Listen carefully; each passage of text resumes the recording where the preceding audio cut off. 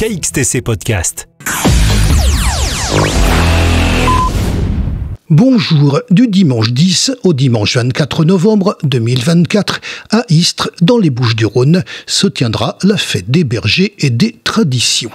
Thème, année 2024, Frédéric Mistral, avec notamment la journée pastorale le dimanche 17 novembre, le repas des bergers le samedi 23 novembre, inscription obligatoire, et le dimanche 24 novembre avec la messe provençale et le défilé de la transhumance.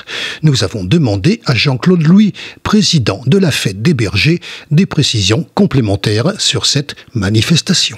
Cette année, c'est la 48e fête des bergers et des traditions sur Istres. C'est une fête qui est bien connue dans la région.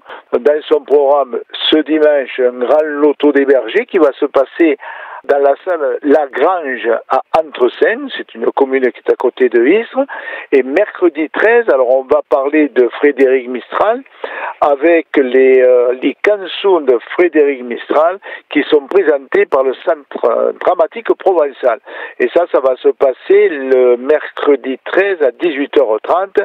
Et quand même une information qui n'est pas à négliger, c'est que l'entrée est gratuite. Et puis après, on va passer à une journée qui de plus en plus attire du monde. C'est une journée pastorale au centre équestre du Devin avec les moutons, les chèvres, les promenades en calèche, des jeux de kermesse pour les enfants avec des structures gonflables, l'animation ludique avec des chiennes de berger, le maréchal Ferrand, enfin tutti quanti. C'est vraiment une journée à venir passer en famille. Il va y avoir le souffleur de verre, il va y avoir des déambulations de tracteurs, des déambulations des oies, etc., etc.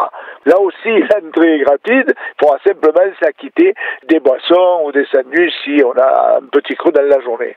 Après, on va passer au dernier week-end avec le vendredi 22, le concert du groupe Le Condor avec Jean-François Gérol.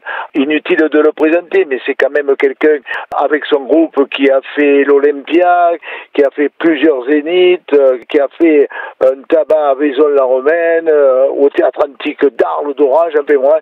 C'est un concert à venir assister et ça se passe à la Halle Polyvalente à 21h le vendredi 22 novembre.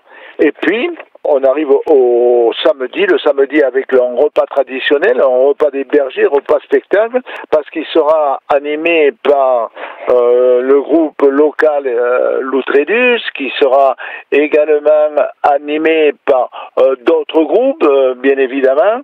Et là, par contre, là, il faut se faire inscrire parce que toutes les places sont nominées et chacun peut s'installer à côté de qui il veut, mais il faut qu'au niveau de l'organisation, il faut qu'on soit bien au courant. Alors, on peut appeler, je vous donne le numéro 06 19 61 71 81. 06 19 61 71 81. Et enfin, pour cette 48e fête à Istres, on arrive au dimanche 24 avec le matin une messe provençale sur le domaine de Sulose, qui est connu dans la région, où là on va se retrouver dans une grande salle avec une cheminée au milieu qui sera allumée, avec c'est une messe provençale qui sera chantée par la chorale provençale d'Istres, accompagnée par un ensemble symphonique, les Orchestructibles, tout ça sous la baguette de notre chef Laetitia Chavot, et avec des pointes musicales par des tambourinailles.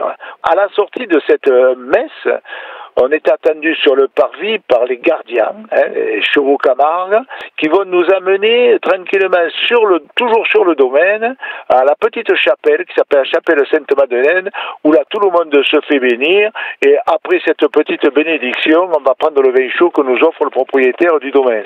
Ça, c'est pour le dimanche matin. C'est un temps fort, c'est un temps où l'émotion monte. Et puis l'après-midi, il y a le grand défilé qu'on appelle le grand défilé de la transhumance, avec bien évidemment les groupes folkloriques, la carrette ramade, les ânes, les gardiens, les lanceurs de drapeaux, enfin, il y a tout ça en attendant le fameux troupeau de moutons, d'ânes, de chèvres.